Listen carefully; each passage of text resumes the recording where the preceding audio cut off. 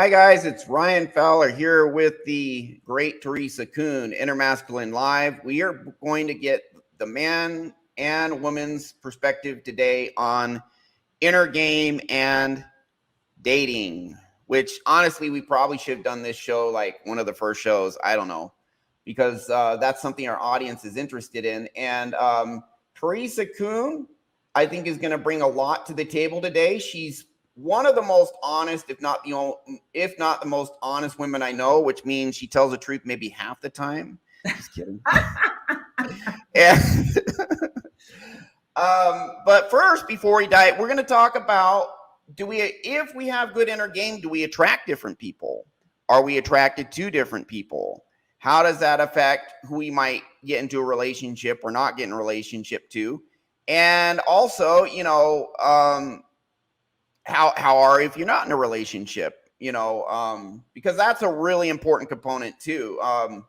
Being okay with not settling, not needing to people please because you have value. That's actually a very important component of the whole dating scheme, the whole dating thing that we do. So before we get started, just so you're aware, you can see in the bottom left of my screen, innermasculine.com/free-ebook. I have a free ebook. It's about a 1-hour read, and it's no fluff at all. How our subconscious mind works and why it keeps you stuck. It just gives you all the straight facts that you can apply to your life and see, oh, geez, why do I self-sabotage? Well, you're going to know after you read this book. Why do I procrastinate? Well, you're going to know after you read the book. Anxiety, feeling not good enough, all of that. You're going to know because that's what the book tells you, just straight up. So just go there, put in your email, get the free ebook. Pretty simple. Also, at the end of the ebook, there is a way to get a free 30-minute consult with me at the end of the ebook. So go there, get the ebook. And if you want to talk one-on-one, no charge. And I will help you how I can. And yeah, I'll pitch a session or whatever to you at the end. But for 30 minutes, I'm going to help you however I can, no holds barred. So there's that. And how do you feel about this topic diving in? Maybe give us an assessment of Teresa. What do you think about the dating world in general now compared to 30 years ago? Or, more challenging than ever, right? Well, I was in the dating world 35 years ago. So it's a whole different world. Yeah, but you're in it again. I am in it again, and it is a whole different world for How sure. was it before? How is it now? Well, there are pros and cons to everything. And looking back, 35 years ago, more or less, the opportunities to meet someone, not as great, right? If you're in school, graduate school, or working, that's probably the universe, right, that you would have to choose from to meet in terms of, dating, unless you went to a bar and met someone there, or a restaurant, or maybe a park. But I think the opportunities to meet a lot of people were pretty restricted to, where you were going. Social circle type of thing. Your social circles, et cetera. I know where I grew up in Miami. So many of my girlfriends, I went away to school in DC, but so many of my girlfriends married within our social circle because that's who they knew, right? People that we knew growing up, or friends or family or relatives of our social circle. And so the universe from which to choose a mate was pretty limited. It was pretty small. No Facebook, no Instagram. Oh gosh, no. Yeah, no Tinder. We didn't even have cell phones. Well, 35 years ago, we had, those big blocks, those big bricks. That was. Yeah, we didn't even have the internet. That was in the late 80s. We did not have the internet. People were doing newspaper advertising. Dating classified ads. Dating classifieds. But no one would admit to that if they were doing it. Nobody that I knew would admit to that. Yeah, Um, and then with early online dating, people didn't want to admit to that. Now everyone's doing it. no, right, for sure. I think that the newspaper was pretty risque, right? You were really out there if you were doing something like that. And in Yeah, fact, you're really I desperate. I know a woman who met her spouse through a newspaper ad, and she was into some kink, and that was probably back then, the only way you could really find, Some but specialized type of person who's also right, into that. a Yeah, special type of interesting. person. You need to Yeah, yeah. advocate for it. But how Yeah, about you? so and now everyone knows how it is now. It's very challenging now. There is an overabundance of options, and Instagram has hypergamy in full force, but also men are less masculine. Um, and we want, honestly, Teresa, I want your honest perspective on that because, I consider myself like mostly red pill, meaning I consider myself like non-toxic red pill. There is some toxicity in the red pill space, but there's a lot of important facts and data that they talk about hypergamy, but also they talk about a lot of guys aren't leveling up. A lot of guys, staying in their parents' basement, playing video games, not up leveling in life. A lot of men are less masculine now. There's they're not holding boundaries. They're not as motivated, not now, there are many men who are, so I'm not going to say that this is. Um, hey, Arambre, welcome to the show, my man. Thank you. So we are doing 2 shows a week. At first, we did 5, and then we went down, but I'm going to stick with 2 a week because the show is important, but I have a lot of other stuff on my plate right now. I'm actually doing hypnosis, like mindset, not just hypnosis. I have other tools too. I optimize dopamine release. I self-talk. There's several things I do, but that is my full-time gig now.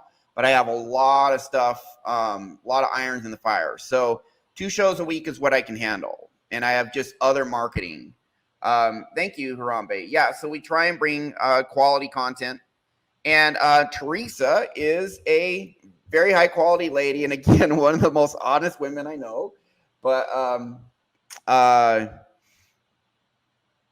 dating is challenging today, and I would say that there are ways in which both women and men are less attractive to each other now overall. Although there's still plenty of attractive people out there, there's still plenty of high quality people out there, but combined with higher obesity rates, higher again,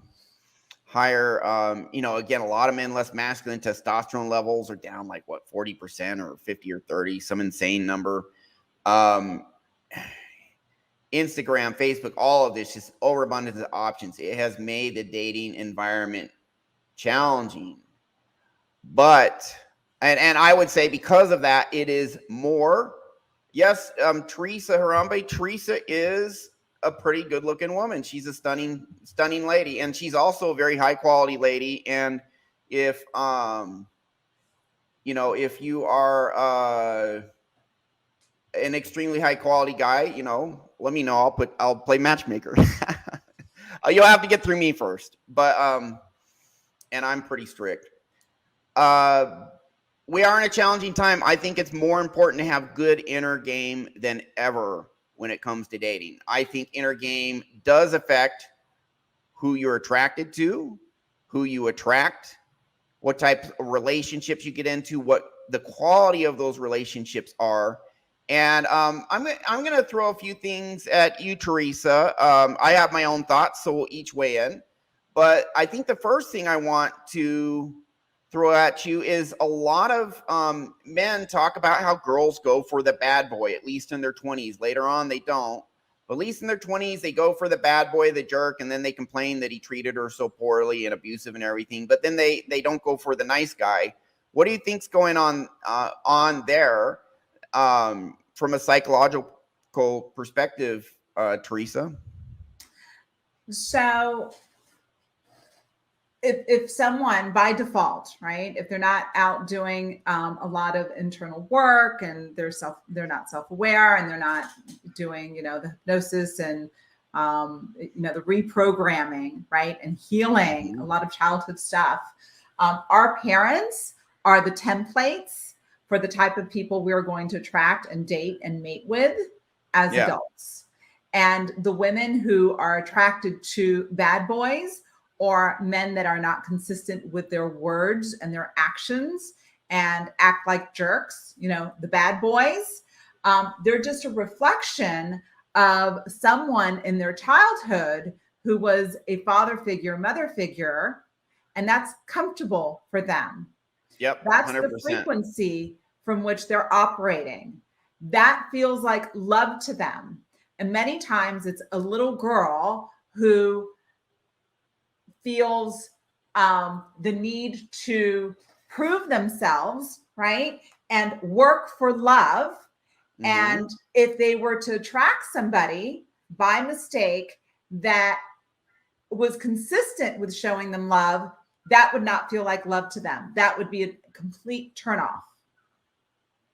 Yeah, 100%. In fact, the fact that so many women are attracted to bad boys. So what the manosphere says is, well, these are just traits that women naturally find attractive. And actually what it is there are beautiful, lovely women who were never attracted to the bad boy.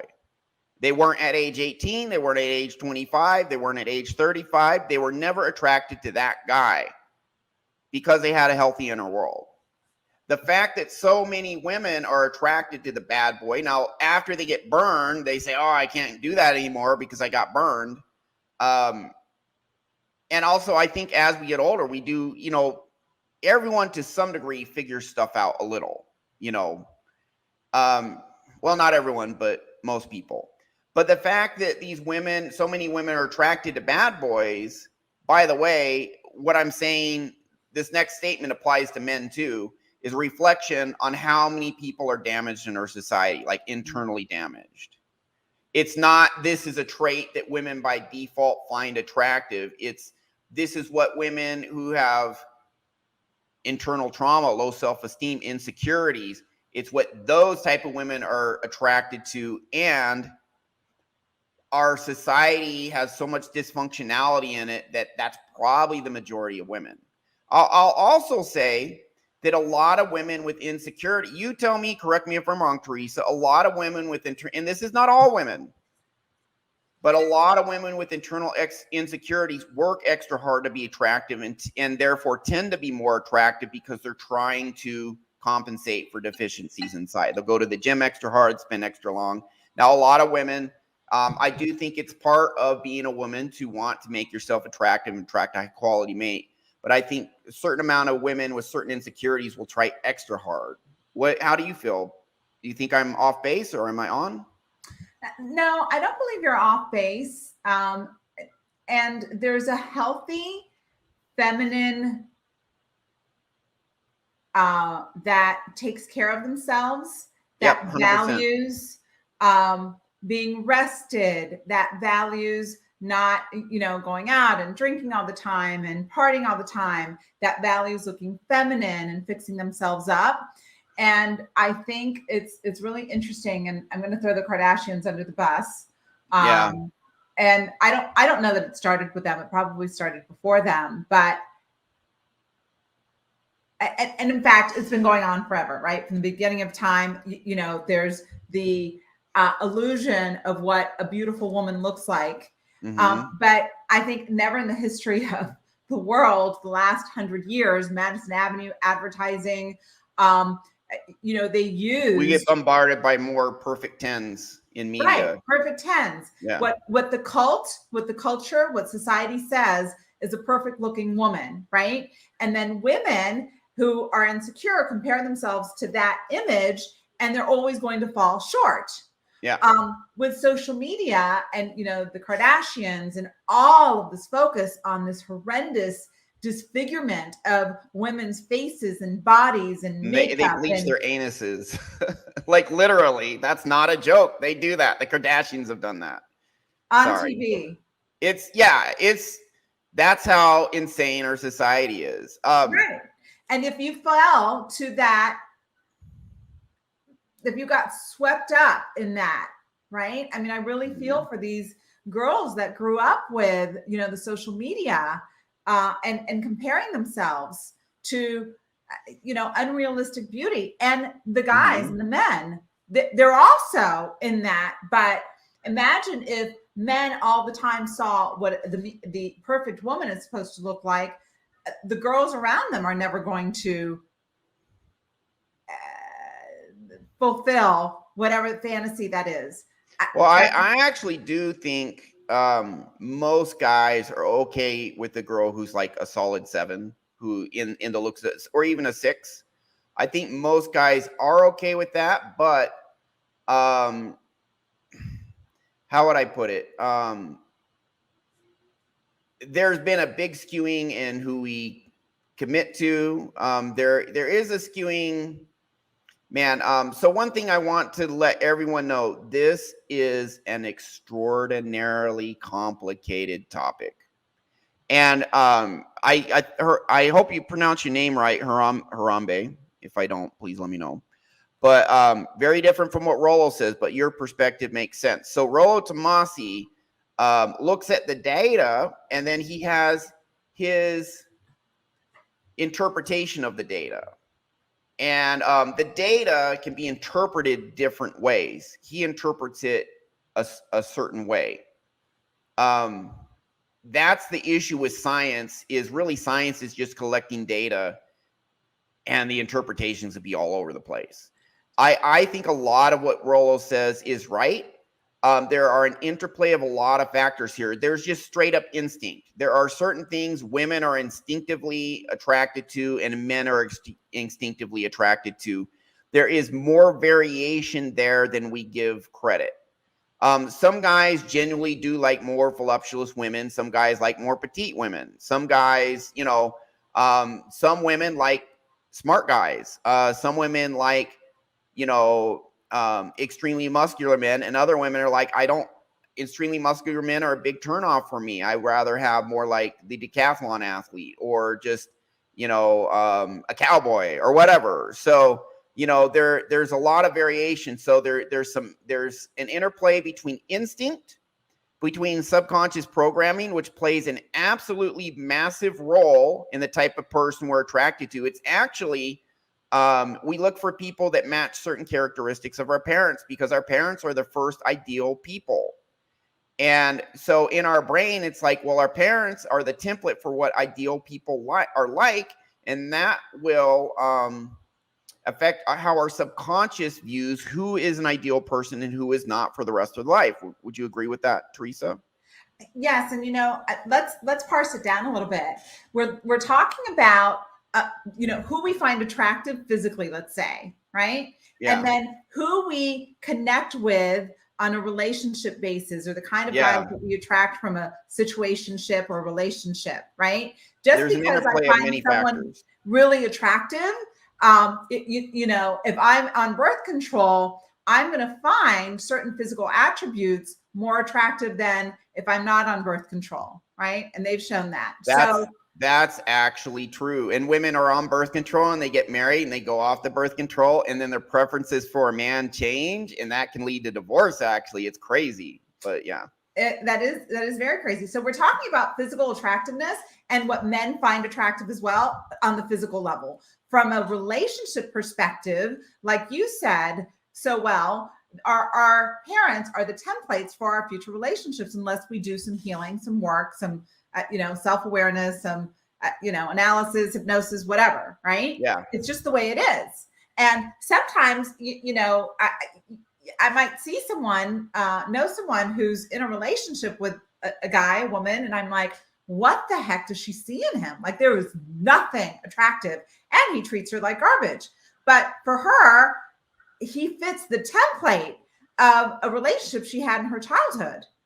And yeah, because when we're babies and children, we don't know anything except a little instinct, and we say, okay, what do I need to know to survive in this world? What's my mom like? What's my dad like? What are other people like? And we all idealize our parents. Here's why we idealize our parents. As babies and children, we know that if our parents are not ideal, if they're not wise, powerful, benevolent, intelligent, strong, then they may not be able to take care of us. And if they're not able to take care of us, we could die. We know this. So, and children instinctively need to feel safe. So in order to feel safe, every child, now maybe by age 8, you change your mind, or age 12, you're like, oh, my dad's a jerk. At age 12, you decide that, gradually or suddenly, whatever. But as a baby and a young child, every child idealizes their parent, because if their parent is ideal in their mind, that means the parent is able to take care of that child, and that child will survive, and that child feels safe. It's just evolutionary psych 101. Every child, by age 8, 75% of our subconscious beliefs are formed. Every child up to that age, I've heard one guy at age 6, he said, by age 6, I knew my parents were just weird and crazy. But for most, it's going to last a lot longer than that we idealize our parents.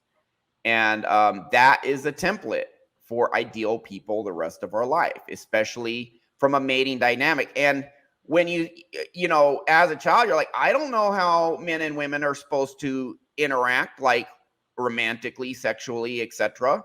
Well, okay, what are my mom and dad doing? What's their relationship like? And that will get ingrained in us as a template. So if our mom and dad fight all the time, then you marry someone and you fight with that person all the time. You're attracted to that type of person. And I think a really good telling indicator, if you're in a relationship with a toxic person and you stay in that relationship, 100% guaranteed you got issues you need to resolve within yourself. 100%. Maybe you stay with them a year and then they get really toxic and then you leave, but if it's more than a year, there's some, even at a year, there's something internal that kept you with that toxic person. That's internal to you. And all of this plays a role. Any comments on that, Teresa? No, it's absolutely right. It's completely and totally correct. And one of my favorite sayings, philosophies, it's all an inside job, right? And from a toxic relationship perspective, there's how is that measured, right? It's relative to the individuals in the relationship. There could be a toxic relationship where inside of the relationship, they are not seeing the toxicity. It's normal to them, right? It's a normal relationship for them, where for someone else, they'd never tolerate that, or they'd tolerate a different level of toxicity or a different type of toxicity, right? We match, we match, and we have relationship situationships based on our internal radar. Yeah. Our internal comfort level as to what's normal and feels comfortable for us. That's right. Yeah. And our brain, we're motivated towards the familiar, away from the unfamiliar, towards pleasure, above all, avoid pain.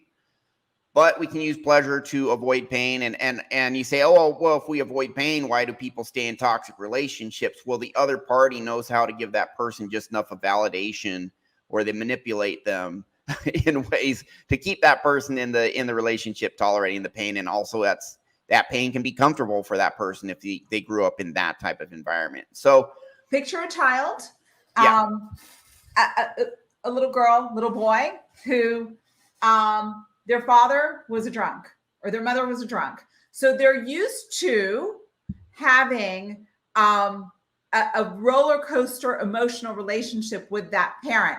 Sometimes the parent's nice. Sometimes the parent pays attention to them and takes them out. And sometimes the parent is angry and cruel, right? And so what do they know? What's comfortable to them is having that roller coaster relationship, that uncertainty in connection, not knowing if they're going to trigger somebody to be angry or if they're going to trigger somebody to hug them. Yeah. That's normal for their childhood, and that's what they attract in their adulthood. They will attract that and be attracted to that. Right. And I will say I've been dating here I'm in Costa Rica now. I was in Mexico. I'll probably go back to Mexico. We'll see in January. But there are actually higher percentage of attractive, but also like really kind, high quality women in these Latin American countries. But also these can be very attractive women who are also kind. They're not toxic. They're respectful. They actually say they're sorry if they make a mistake, so they take accountability, which is, in the United States, somewhat difficult to find. But I mean, you have good people everywhere. All of these women come from stable families. In Latin America, the overall family structure, which I think is degrading a little, but the family structure overall in at least these two Latin American countries is overall more stable than in the United States. It just flat out is. And one of the reasons dating is so crazy now is because, in my opinion, okay, yes, Instagram, birth control led to more, just more promiscuity, because we could and not get pregnant, and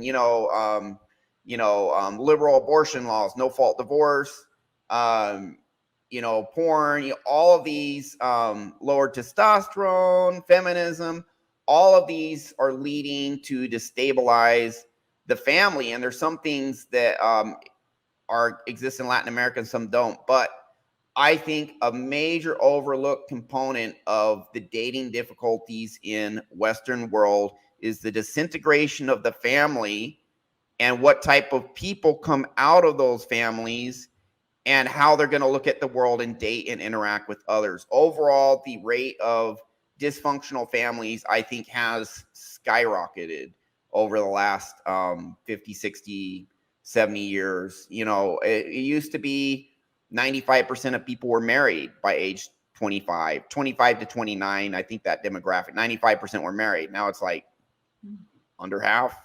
It's under half total of any age married in the U.S. So there's some enormous challenges because of all of this. But what do you think on my statement that a lot of the degradation of the dating environment is because of the degradation of families and the long-term effects of that? Do you think that's true? Absolutely. Because that leads to massive subconscious trauma. Absolutely. I think it goes farther back, and I think it was by design. When you have a stable family, look, it's not to say that the families from thousands of years ago or hundreds of years ago were okay, and that the social structure with the man and the woman, the wife and the man, husband, was okay. I'm not saying any of that. There's been crazy since the beginning of time, and there's still crazy, right? There's toxicity in Latin America. There's plenty of toxic girls, right? Oh, plenty, right? But there is a much bigger section. And Mark, I'm going to answer your question in just a second. There's a much bigger section of emotionally healthy women, like substantially bigger. And they all come from stable families. And it's actually a lot harder to find stable families in the United States than Latin. There's a lot of stable families in Latin America compared to the US. Mark, just so you know, my Teachable course is out. I have just finished marketing it to all former clients. And my top sales goal was exceeded by 50%. So I'm quite happy about that. But I am building a lot of foundations this year. So I haven't been able to, market it to you guys yet, but Mark, just email me, Ryan@innermasculine.com. I'll set you up. RYAN@innermasculine.com. You can go to my website and contact me there, but just email Ryan@innermasculine.com. I'll set you up. I'm going to do a video in the near future on the self-hypnosis course. It's actually been out for a month. I've just, been focusing on my client pool, and actually just busier than expected because a higher response than expected. So back to you, Teresa. I hope I didn't interrupt you too badly. Yeah, I'm good. It's just, the whole world has shifted greatly, and 100%. The family life, the culture, the emphasis on culture, the de-emphasis on God, the de-emphasis on family as the nucleus, the de-emphasis on having children within a marriage, within a family. Less connected communities, more isolation. Communities, people more isolated. There's so much loneliness, so much mental illness, emotional issues out there. Yeah. Yeah. And so we are in challenging times. And to be honest, our modern world has a lot of good things that we didn't have before. You know, probably around 8 years ago, I got an infection in my small intestine, diverticulitis. Went to the doctor. I'm like, I have this pain here, and he, you know, presses around. He's like, oh yeah, you got an infection in your,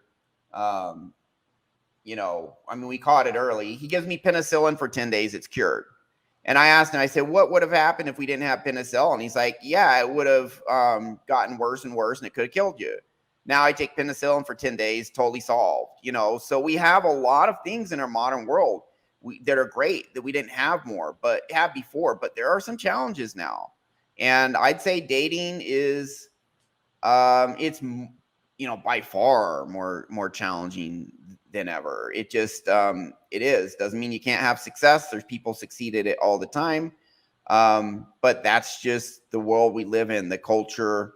Higher divorce rates mean more dysfunctional families. Last week, Teresa, I don't know if you saw, but last Saturday we did the Intergrain group, me and one other hypnotist, talked about divorce. His parents were divorced. We talk about how does divorce affect people. It has massive effect on your view of the family and relationships when you see your parents split up when you're 10 or 8 or 12 or 6, whatever. It has massive, far-reaching consequences. And so it's just another dimension that must be considered. I mean, I always ask a girl on the first date about her family life, and it doesn't mean that I rule out, because I don't have any hard and, well, I won't say I don't have any hard and fast rules, but I'm not going to disqualify a woman if she comes from a dysfunctional background. But it's still something important. I mean, I came from a dysfunctional background and I healed it. So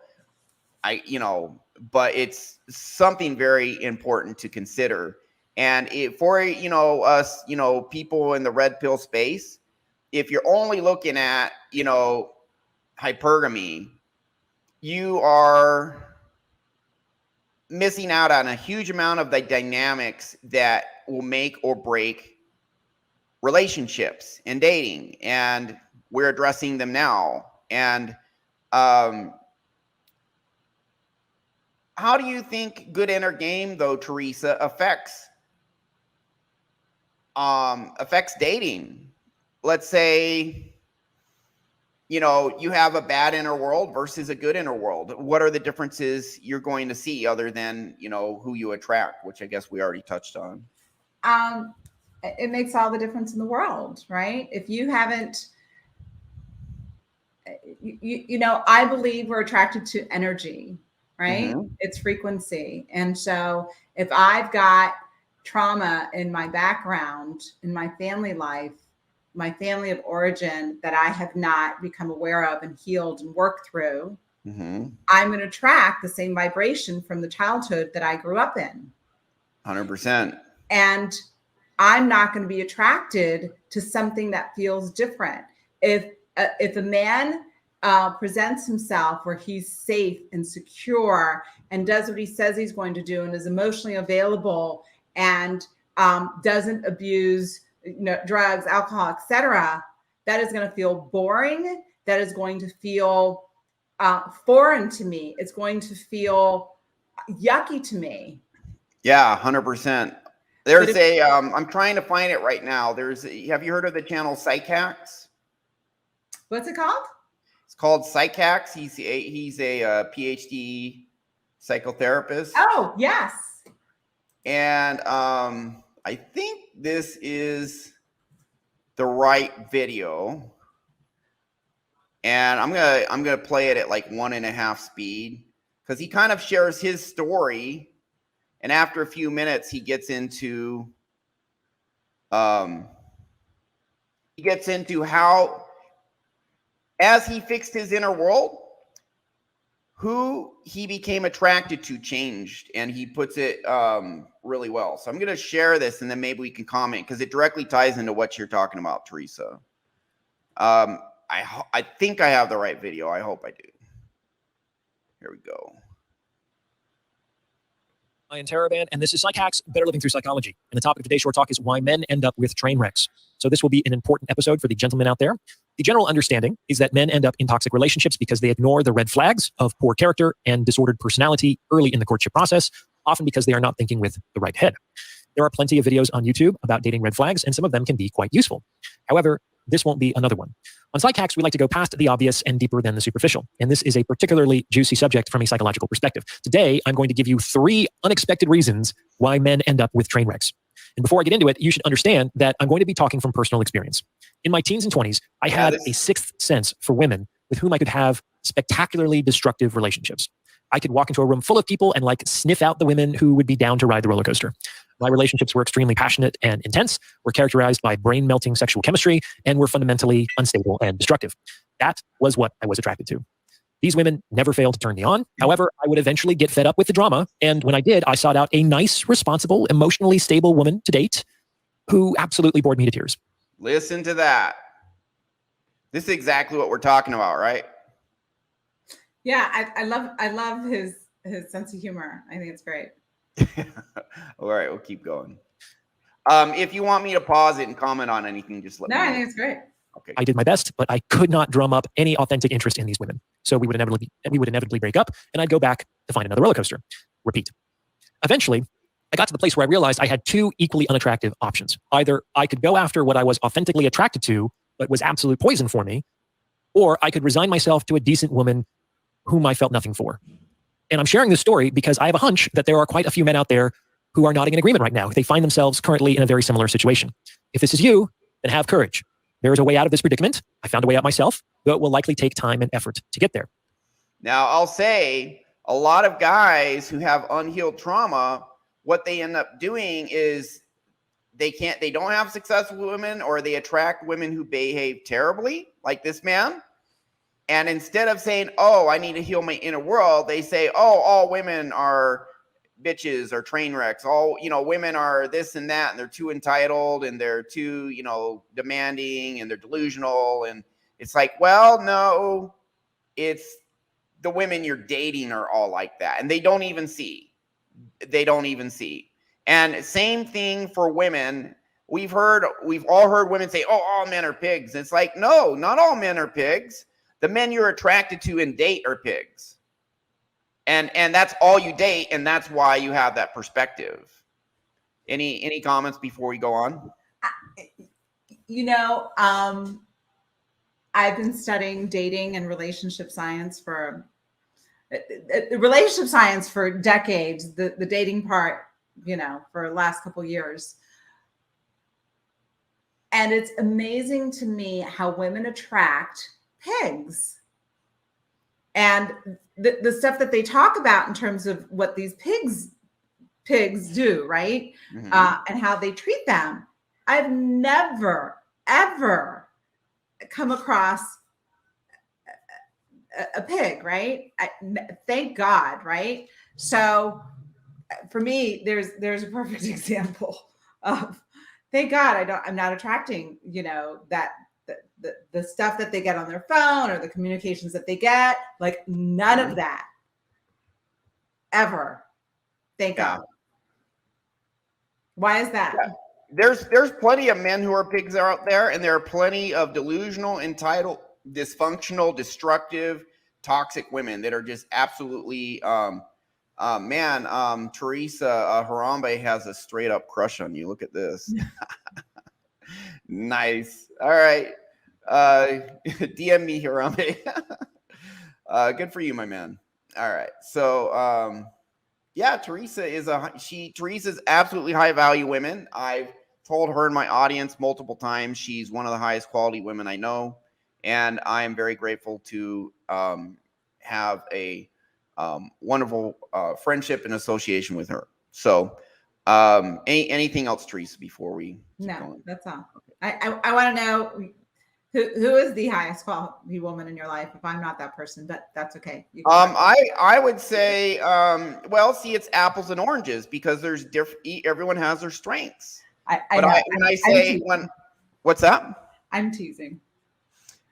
but I'll answer it anyways. I think when it comes to internal insight and integrity, overall integrity, and just knowledge of the inner world, and actually talking the talk and doing the work on yourself, you're probably the highest quality. I would say you're the highest quality in that field for sure. So, but also, you know, you're very successful businesswoman, very smart too. So, anyways, moving on. Let me explain. You're welcome. One of the main reasons why I was in this predicament to begin with was back in the day, I was pretty messed up. I was raised in a very chaotic family. My relationship models left much to be desired. I experienced a lot of death and loss in my teenage years. I was just not in a good place. All that is to say, I had a lot of emotional wounding. And that wound was the sixth sense I mentioned earlier. It resonated. It like came to life in the presence of women with a complementary wound. And in a room full of people, there are plenty of wounded women. I don't really understand how this works, and I know this doesn't sound very scientific. It's probably a majority. Actually, it is a majority. Men and women have significant internal wounds. It's a majority of people. But it's like experientially true. Over and over again, I found myself with women with complementary wounds. And when we got together, we would reenact our wounding with each other in a way that certainly didn't feel good, but that felt familiar. It felt familiar even though it was painful. If you grow up in conflict, then conflict feels familiar. If you grow up in chaos, then chaos feels familiar. Understand? For better or for worse, humans, and especially children, can get used to anything. In any case, what I ended up doing was I began to heal that inner wounding through a number of different methods. And what I discovered was that my attraction to women organically shifted to the extent that my emotional wounding healed. Boom, baby. I'm not talking about trying not to be attracted to what I was attracted to or pretending to be attracted to what I wasn't attracted to. I'm talking about what I was authentically attracted to began to change, but not overnight. Slowly, over months and years, I found myself increasingly attracted to emotionally stable women for the first time in my life. And let me tell you, this was fantastic. In fact, it might have been a lifesaver. Being attracted to emotionally stable women solves a lot of problems before they even arise. So that's the first reason why men end up with train wrecks. They have unhealed emotional wounds that motivate them to reenact that wounding with women with complementary wounds because doing so feels familiar. Okay. Which is exactly what you mentioned, Teresa, about the familiarity. When you have trauma, other traumatized people, there's a familiar feeling there. And emotionally healthy people literally seem, they might be physically attractive, but they literally seem like there's no connection here. There's no resonance. They seem boring. They're not, I'm not emotionally attracted to them because you're not on that level. They're not a match for you. I think it's energy. I think it's frequency. I think 100%. You know, we know for a fact that it's true. What's the attraction? How do we sniff each other out? Right? There was Nicole Simpson and OJ. You know, an example I heard literally around OJ and OJ's trial was Nicole could have been in a room, a stadium full of men, and she'd find the worst guy there, the sociopath there. She would somehow find OJ. And isn't it, you notice these traumatized people on TikTok, whatever, on certain red pill shows, whatever, and they're talking about how bad the opposite gender is. What percent of them actually say, you know what, maybe I have unhealed trauma I need to address, and if I do that, it's going to fix a shitload of problems? How many of them say that? Like almost none, like less than 1%, less than 1%. If maybe less than 1/10 of 1%. It goes back to it's all an inside job. Yeah. And I'll tell you before I healed myself, when I met a high quality women, what my internal dialogue was number one, I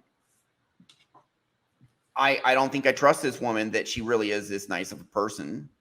Like, there's got to be some ulterior, because my mom pretended to be a very nice, righteous person, was very manipulative, critical, behind the scenes, controlling.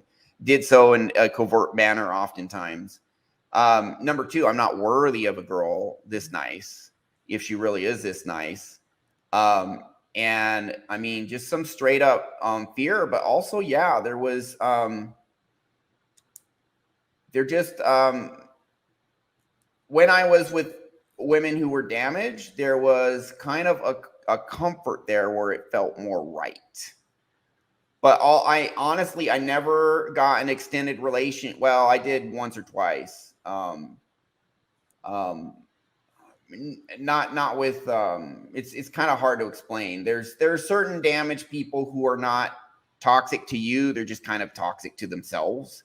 So I had a couple relationships with women like that. It still is a mess.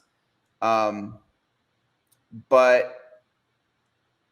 I think there were a lot of high quality women that, for these reasons I've stated, I was too scared to get too close to them.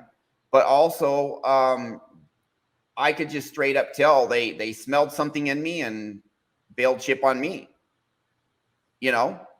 And what's really interesting is now, and this started happening even in the United States, I just started dating higher quality women. Like, I actually started finding some women who are actually, like, you know, really nice people. You know, I'm 49 now. I really only started hitting, it was 38 when I found self-hypnosis, start upgrading my internal world. I really only started working on my women issues about 5 years ago. I healed a bunch of stuff, but I wasn't dating that much. And the reason for that was I was like, oh, geez, I don't need women to validate me. I'm good enough just for who I am. And previous to age 38, I was dating women to try and get validation from them, to feel good enough. And I was like, wow, I don't need that anymore. So I actually, I kind of dated for 2 years. And then there was maybe 3-year period where it's like, I'm going to date very few or no women. I don't need them for validation. They're a huge headache because, you know, I hadn't sorted my inner world out with regards to dating and women, just with regards to my toxic shame, anxiety, anger towards my parents, stuff like that, resolved all that. 5 years ago, started resolving this, found a whole new wave of internal insecurities and issues with women. So it took me about a year just to clear that. And honestly, you can go inside and I do one self-hypnosis session all the time and clear stuff in me, but in one session, and I probably had to clear like half a dozen things. But there's kind of this period of, oh, I'm dating. Okay, dang, I'm noticing this insecurity here. I'm noticing this wound, which might take a couple months to notice it. And then I go in and I clear it in one session. And it's like gone forever. It's like, holy cow, you know, that's been my life for the last 11 years. Gaining awareness of a wound in me, a lot of the times maybe resisting going inside. You know, I don't want to clear that. I have other stuff to do, just whatever, because we don't like to go in and face the pain. But then clearing it in like one session or 2 or 3 self-hypnosis audios, it's gone forever. It's like, why the hell did I wait so long? So anyways, I've probably been healthy dating for about 4 years. And it is amazing that these high quality women that to an extent I didn't even know they existed, because like I said before, I'd see high quality women, I'd be like, I don't trust this girl. You know, I don't trust that she's really a high quality woman. Now I see high quality women, you know, it's still a minority of the women I date. But I date them and it's like, oh, this might be a really high quality girl. Well, I'm not sure yet, but I have the power and the safety to keep gating her and prove her out. And then they're proving themselves out. And it's actually really nice to be attracted and to be able to date women who actually are like really high quality women, which honestly I could not get because of my internal barriers and because of the vibe I was giving off. Just flat out couldn't get that before. Just flat out couldn't or wouldn't. You gotta upgrade your internal world. You absolutely have to, because otherwise your internal world may actually sabotage and prevent you from getting the type of person you really want. So any thoughts on that, Teresa? Agreed 1,000%. Yeah.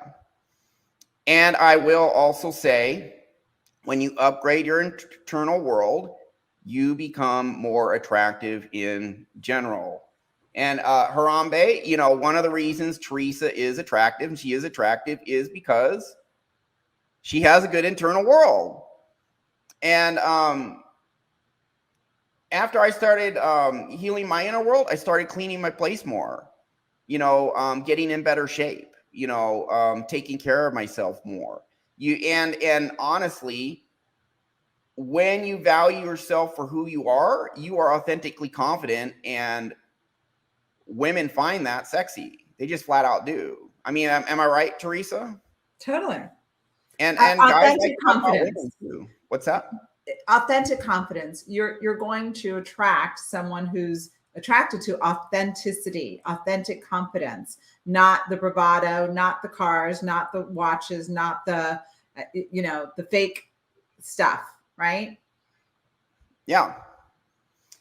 I'll furthermore say that once you get to a certain place internally, you realize, yes, I would like a relationship. Yes, I would like romantic attention, a partner, good sex life, love life, friendship with the opposite sex, all of those things.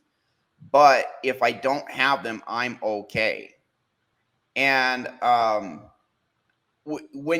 for me, if I'm dating any one particular person, I'm okay if it doesn't work out. Before, I would feel terrible if it didn't work out. This girl ghosted me. I couldn't get another date with her. She wouldn't let me kiss her, whatever. I would feel rejected. I'd feel terrible. Now I'm like, hey, no problem. It's all good.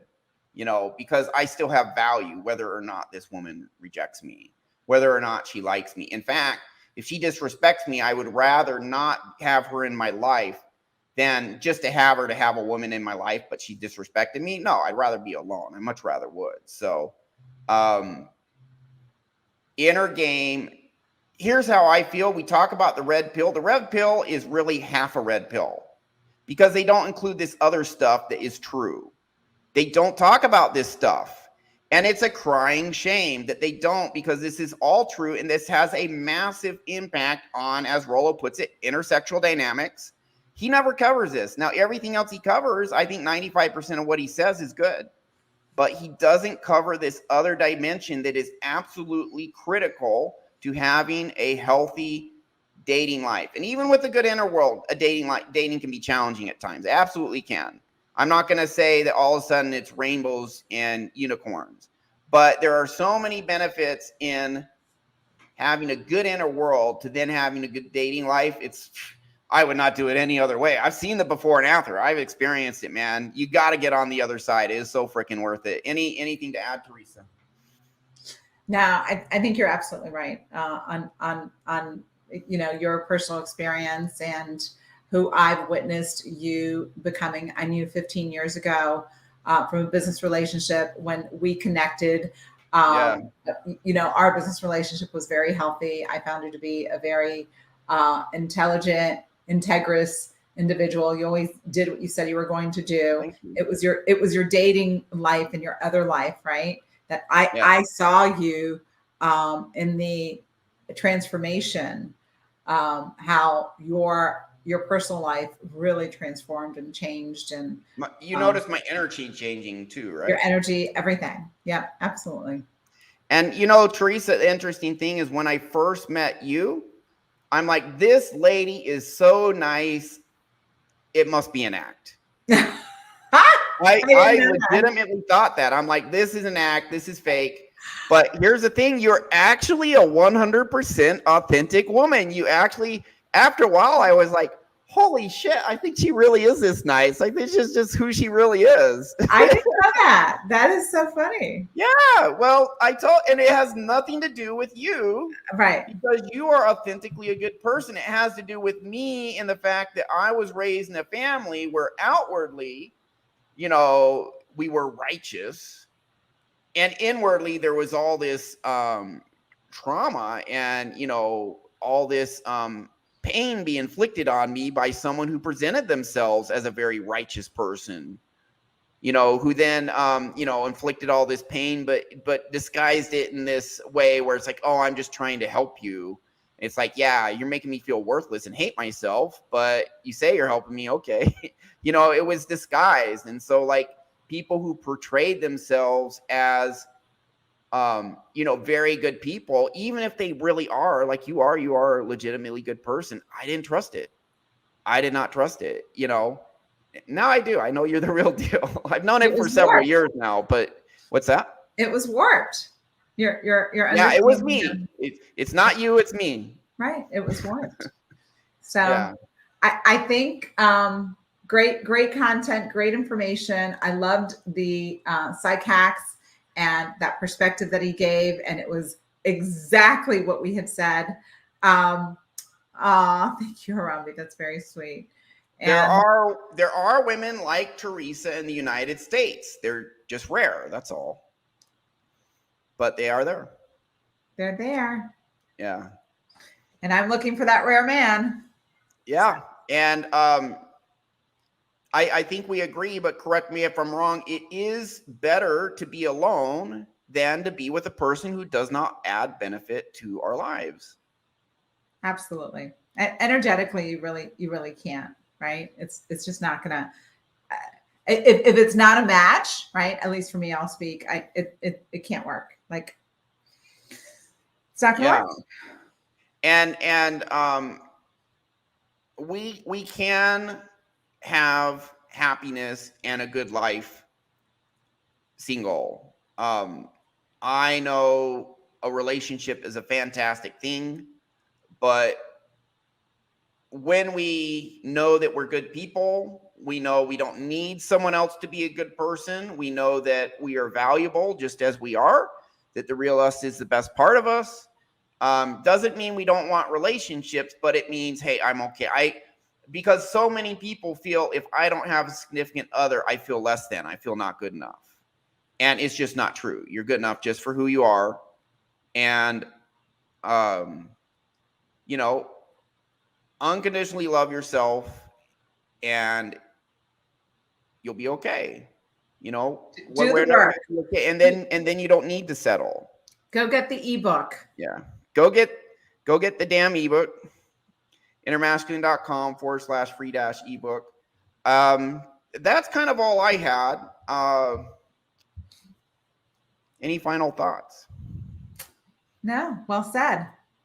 Yeah. Just go get the ebook.